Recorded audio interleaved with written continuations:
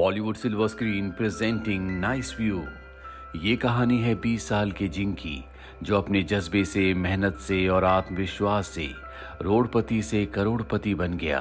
कहानी की शुरुआत में जिंग को दिखाया जाता है जो डॉक्टर के पास होता है। जिंग की एक छोटी बहन भी है जिसे हार्ट की प्रॉब्लम है और डॉक्टर उसे बताता है कि जल्दी उसका ऑपरेशन नहीं किया गया तो उसकी मृत्यु हो जाएगी। दरअसल जिंग की मॉम को भी यही बीमारी थी, जिस वजह से जिंग की मॉम की मृत्यु हो गई। उसके पिता उसे छोड़कर चले गए और अब वही अपनी छोटी बहन का गार्डियन है। जिंग की एक छोटी सी मोबाइल रिपेयर की शॉप है और यहीं से उसकी गुजर बसर होती है। एक दिन जिंग का दोस्त जो कि वेयरहाउस में काम करता है, जिंग को अपने वेयरहाउस में बुलाता है, जहां वो एक कपड़े को हटाकर उसे बॉक्सेस का एक पहाड़ दिखाता है। वो बताता है कि इनके अंदर सेकंड हैंड मोबाइल्स हैं। जो इस कंपनी का, इस वेयरहाउस का ओनर था, उसे जेल हो गई है, इसीलिए अब इस पर किसी का अधिकार नहीं है। अगर तुम चाहते हो कि मैं तुम्हें ये सारे के सारे मोबाइल्स दे दूं तो इसके बदले तुम्हें मुझे 1 लाख रुपए देने होंगे। जिंग के पास 1 लाख रुपए नहीं है, लेकिन वो ये भी चाहता है कि वो इन सभी मोबाइल्स को खरीद ले जिनमें माइनर सी प्रॉब्लम है, ताकि इन सभी को रिपेयर करके वो अच्छे खासे पैसे कमा सके और अपनी छोटी बहन का ऑपरेशन करवा सके। अब वो सारे मोबाइल्स तो नहीं, लेकिन 1-2 मोबाइल लेकर घर वापस आ जाता है। वो एक मोबाइल को रात भर ठीक करता और फाइनली उसे ठीक करने में कामयाब हो जाता है। अगली सुबह वो बैंक जाता और लोन के लिए अप्लाई करता है। इसके बाद वो एक मॉल में जाता है जहां पर एक शॉप है जो सेकंड हैंड मोबाइल्स को सेल करते हैं। यहाँ पर जिंग उस शॉप ओनर को अपना मोबाइल दिखाता है जो कि बहुत ही अच्छी कंडीशन में होता है, उसमें कोई भी प्रॉब्लम नहीं होती। जिंग शॉप ओनर को बताता है कि मेरे पास वेयरहाउस में इस तरह के बहुत सारे मोबाइल्स हैं जिन सबको मैं रिपेयर करके तुम्हें दूंगा। हम दोनों अच्छा खासा पैसा कमा सकते हैं। इन दोनों के बीच में डील फाइनल हो जाती है। जिंग अपने प्रॉफिट को कैलकुलेट करता है, जिससे उसे पता चलता है कि अगर उसने सभी मोबाइल्स को सेल आउट कर दिया तो उसे बहुत प्रॉफिट होगा, जिससे न सिर्फ वो अपनी छोटी बहन के ऑपरेशन को करवा सकता है, बल्कि उसकी फाइनेंशियल कंडीशन भी पूरी तरह से सुधर जाएगी। जिंग को बैंक से भी लोन मिल जाता है जो उसकी शॉप के अगेंस्ट उसे मिला होता है। अब उसने सभी मोबाइल्स खरीद लिए हैं। 2 हफ्ते बाद जबकि वो कुछ मोबाइल्स बेच चुका है, एक दिन उसे पता चलता है कि गवर्नमेंट ने अब नया रूल निकाला है कि कोई भी सेकंड हैंड मोबाइल को नहीं बेचेगा।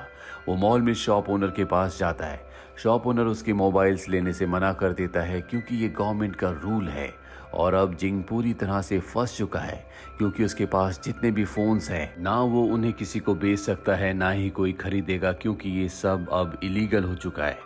अब जिंग उसी कंपनी में जाता है जिस कंपनी की फोन्स उसके पास हैं। वो कंपनी के मैनेजर से मिलता और कहता है कि मुझे पता है कि सेकंड हैंड फोन्स बेचना खरीदना इलीगल हो चुका है, लेकिन मेरे पास तुम्हारी कंपनी के हजारों फोन्स हैं जिनके पार्ट्स हम निकाल कर दूसरी कंट्री में सेल आउट कर सकते हैं, जिससे हमें बहुत फायदा होगा। मैनेजर कहता है कि ऐसा पॉसिबल नहीं है, क्योंकि जब तुम पार्ट्स को लेकर आओगे तो QC में यानी कि क्वालिटी चेक में फेल हो जाएंगे। जिंग कहता है कि मुझे अपने आप पर विश्वास है, मैं जानता हूं कि मैं पार्ट्स को बहुत ही सावधानी से निकाल सकता हूं और क्वालिटी चेक में वो पास हो जाएंगे। मैनेजर कहता है कि ठीक है, अगर क्वालिटी चेक में पास हो गए तो हम देखेंगे। अब जिंग अपनी शॉप में आता है और वहां पर बहुत ही सावधानी से वो मोबाइल के एक एक पार्ट को निकालता है, जिसके बाद वो क्वालिटी चेक के लिए पार्ट्स को ले जाता है और जब उसे सर्टिफिकेट दिया जाता है तो उसमें साफ साफ लिखा होता है कि पार्ट्स में कोई भी प्रॉब्लम नहीं है। जिंग अब बहुत खुश हो चुका है, इसीलिए मैनेजर के पास एक बार फिर से जाता है और कहता है कि मैंने जो भी पार्ट्स निकाले थे वो क्वालिटी चेक में पास हो गए। लेकिन अब मैनेजर अपनी बात से मुकर जाता है। वो कहता है कि मैंने सिर्फ तुम्हें क्वालिटी चेक करवाने के लिए कहा था, मैंने ये नहीं कहा था कि हम तुम्हारे पार्ट्स को बेचेंगे। ये सुनने के बाद जिंग हाओ का दिल टूट जाता है, क्योंकि उसने बहुत मेहनत की थी और वैसे भी उसका सब कुछ दांव पर लगा हुआ है, क्योंकि उसे बैंक का लोन चुकाना है जो कि उसने अपनी दुकान को गिरवी रखकर बैंक से लिया है। अब जिंग इसी कंपनी के ओनर के पास जाता है। वो उनसे बात करना चाहता है, लेकिन उन्हें ट्रेन पकड़नी होती है, इसीलिए उन्हें लेट हो रहा होता है। वो जिंग से बात किए बिना वहां से चले जाते हैं। जिंग हाओ भी उनका पीछा करता और स्टेशन तक पहुंच जाता है और इससे पहले कि ट्रेन निकल जाती, जिंग हाओ भी उस ट्रेन को पकड़कर उनके सामने बैठ जाता है। वो कहता है कि मैं आपका टाइम वेस्ट नहीं करूंगा, मुझे सिर्फ आपके 5 मिनट चाहिए। मैं आपकी कंपनी की मोबाइल जो मेरे पास हजारों की मात्रा में है उनके पार्ट्स निकालूंगा जिन्हें हम इंटरनेशनल मार्केट में बेच सकते हैं। मैं पहले ही आपकी कंपनी की मोबाइल के पार्ट्स निकालकर उनका क्वालिटी चेक करवा चुका हूँ ओनर कहता है कि ये बहुत मुश्किल है, वैसे भी इस काम में मैं तुम्हारी मदद नहीं करूंगा, ना ही तुम्हें फाइनेंशियली और ना ही वर्कर के थ्रू मदद करूंगा। जो तुम्हें करना होगा खुद करना होगा। जब भी तुम्हारा काम पूरा हो जाए मेरे मैनेजर को कॉल करना। वो उसे काट देता और वहां से चला जाता है। और अब जिंग किसी भी कीमत पर उन सभी मोबाइल्स के पार्ट्स को निकाल कर कंपनी को दिखाना चाहता है, जिसके लिए उसे टीम चाहिए। उसे एक जगह चाहिए जहां पर वो सभी मोबाइल्स को रख सके, जहां पर उसके लिए लोग काम कर सके।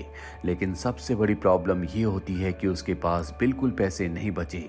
साथ ही अब जो उसकी दुकान थी जिसके अगेंस्ट उसने बैंक से लोन लिया था, वो भी उससे छिन जाती है क्योंकि वो लोन चुका नहीं पाया। जिंग के पास बिल्कुल पैसे नहीं है, इसीलिए उसे अपने स्कूटर को भी बेचना पड़ता है। उसे पैसों की जरूरत है, इसीलिए वो अपने दोस्त के पास जाता है जो एक फैक्ट्री में काम करता है।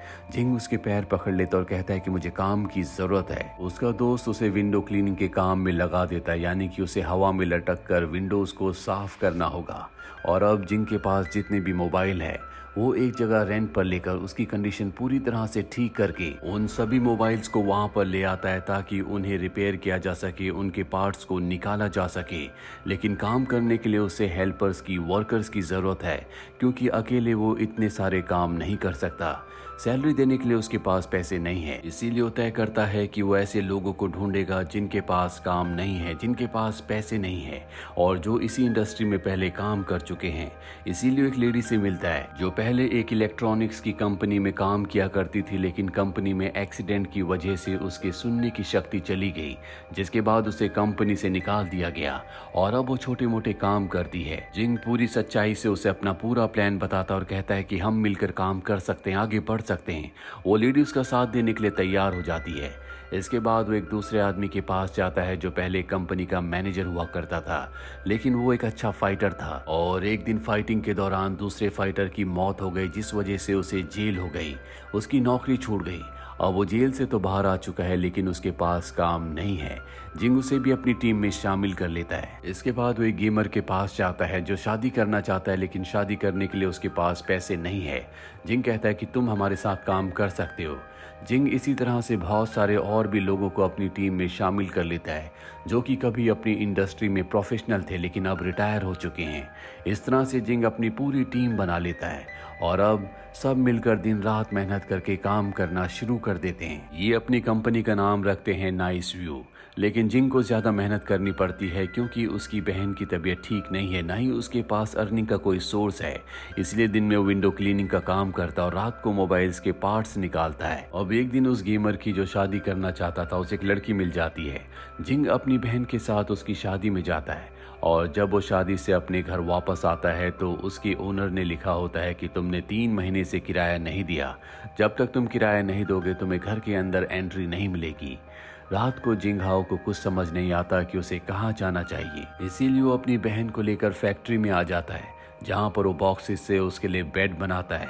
जिंग को बहुत बुरा लग रहा होता है क्योंकि उसकी बहन की तबीयत ठीक नहीं है और वो उसे इन हालातों में रख रहा है, लेकिन उसके पास कोई ऑप्शन नहीं होता क्योंकि वो किसी भी तरह से अपने काम को पूरा करके पैसे कमाना चाहता है ताकि वो अपनी बहन का इलाज करवा सके। इसी तरह से कई दिन बीत जाते हैं और एक दिन वो जगह जहां पर इन्होंने अपनी फैक्ट्री कंपनी बनाई होती है, उस जगह का ओनर कहता है कि तुमने पिछले कई महीनों से रेंट नहीं दिया है। 1 हफ्ते में अगर तुमने रेंट नहीं दिया तो तुम्हें इस फैक्ट्री को, इस जगह को खाली करना होगा। जिंगहाओ के सभी रास्ते बंद हो चुके हैं, इसीलिए वो उसी कंपनी के मैनेजर के पास जाता है जिस कंपनी के लिए पार्ट्स को निकाल रहे हैं और कहता है कि मुझे पैसों की जरूरत है।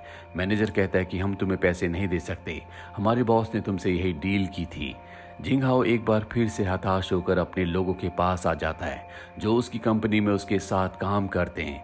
वो कहता है कि आज तक मैंने तुम्हें एक भी पैसा नहीं दिया, मुझे नहीं पता कि मैं तुम्हें पैसे दे पाऊंगा भी या नहीं, क्योंकि मेरे पास खुद पैसे नहीं है। बस एक सपना है, आगे बढ़ने की चाह है, जज्बा है और अब हमें इस फैक्ट्री को, अपनी कंपनी की जगह को भी खाली करना होगा।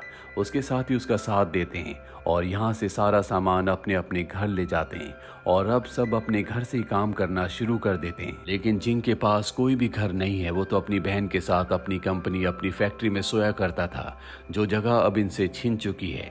इसीलिए वो एक नर्सिंग होम में रहना शुरू कर देता है जहाँ दिन में तो विंडो यानी कि ग्लासेस को क्लीन करने का काम करता है और रात में मोबाइल पर काम करता है। उसे नहीं पता कि अच्छे से सोना क्या होता है। 2 हफ्ते और बीत जाते हैं और इनके पास लगभग जितने भी मोबाइल थे उन सभी के अच्छे अच्छे जो स्पेयर पार्ट्स होते हैं वो निकाल लेते हैं और अब उन सभी पार्ट्स को एसएनई कंपनी में क्वालिटी चेक के लिए भेज दिया जाता है। कुछ दिनों बाद इन सब को बुलाया जाता है। ये सब कंपनी के ओनर के ऑफिस में जाते हैं, जहां पर कंपनी का ओनर इन सब को बताता है कि तुमने बहुत अच्छा काम किया, तुमने जो भी पार्ट्स निकाले उन्हें क्वालिटी चेक के लिए भेजा गया और वो सब के सब पास हो गए, इसीलिए मैं तुम्हें 2 साल का कॉन्ट्रैक्ट देना चाहता हूँ।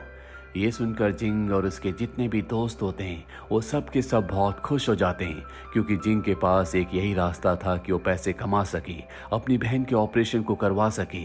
जल्दी जिंग के पास अच्छे खासे पैसे आ जाते हैं। वो अपनी बहन का ऑपरेशन करवाता है, जिससे उसकी बहन पूरी तरह से ठीक हो जाती है। देखते ही देखते 6 साल बीत जाते हैं। 6 सालों के बाद दिखाया जाता है कि वो कंपनी जिसका नाम इन्होंने नाइस व्यू रखा था, अब वो बहुत बड़ी कंपनी बन चुकी है और जिंग उसका सीईओ है, जो कि अपने आप में एक रिकॉर्ड भी है, क्योंकि वो वर्ल्ड का सबसे यंगेस्ट सीईओ बना है। जिंग अपनी जिंदगी में आगे इसलिए बढ़ पाया क्योंकि उसकी आंखों में सपने थे, उसके अंदर जज्बा था, उसके अंदर एक उम्मीद थी, और जिस भी इंसान के अंदर ये सब चीजें होती हैं उसे कोई नहीं रोक सकता। तो ये थी पूरी कहानी फिल्म नाइस व्यू की। उम्मीद करते हैं कि ये कहानी आपको पसंद आई होगी।